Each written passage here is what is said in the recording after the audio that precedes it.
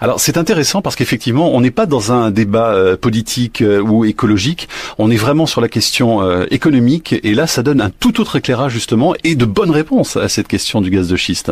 Oui, tout à fait. En fait, on voit aujourd'hui que le débat est très mal posé parce que d'un côté, on nous parle de gains économiques qui sont supposés rapides et sûrs et de l'autre, un coût environnemental qui maintenant, soi-disant, est sous contrôle parce que ça fait longtemps qu'on fait de la fracturation hydraulique et qu'on peut voir dans d'autres pays quels sont les effets du gaz de schiste. Mais en réalité, quand on se penche uniquement sur les effets économiques, on se rend compte qu'ils sont pas aussi élevés que ceux que nous avancent les pro-exploitations. Question 39. Quel est le constat de l'intervenant sur l'exploitation des gaz de schiste?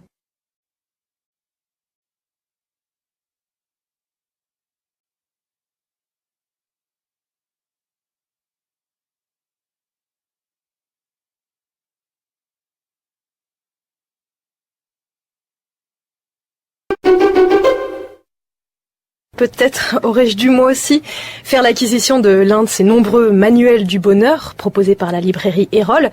Cela m'aurait peut-être aidé à positiver, à voir les choses autrement comme le prônent justement ces ouvrages. Ainsi je ne serais pas rentrée avec la sensation un peu déprimante, je dois le dire, que pour être heureux, eh bien, il faut faire des efforts. Le bonheur n'est pas inné, nous disent les spécialistes, il s'apprend. Et donc au rayon bonheur de la librairie, donc je n'invente pas, il y a bien une étiquette bonheur sur un rayon. Les manuels proposent leur aide à grands coups d'exercices, de conseils, rédigés généralement à l'impératif. On lit ne vous souciez pas du regard des autres. Question 39. Quelle conclusion la journaliste tire-t-elle de sa visite dans cette librairie ?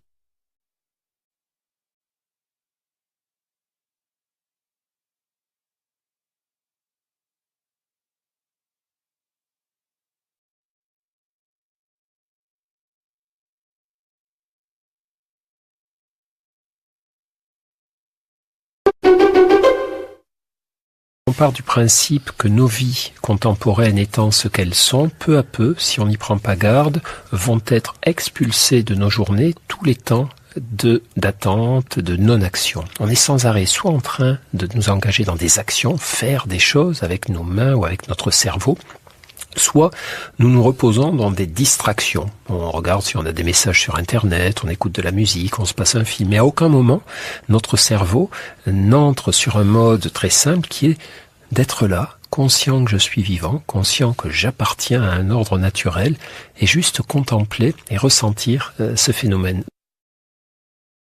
Question 39. Selon l'intervenant, qu'est-ce qui caractérise nos vies contemporaines ?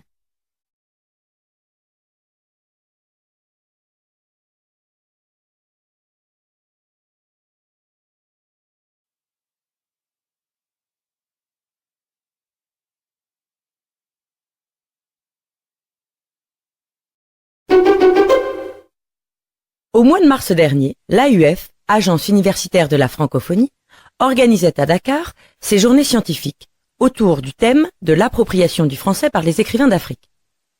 L'occasion de rencontrer un certain nombre de spécialistes et plus précisément 2 écrivains qui s'intéressent à la littérature d'enfance. Il s'agit d'Abdallah Madari Alaoui et de Guy Missaudet.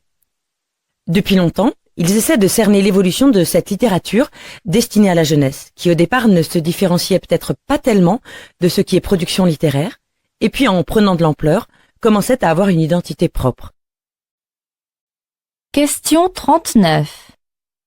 Selon la journaliste, en Afrique, quelle tendance suit la littérature destinée à la jeunesse ?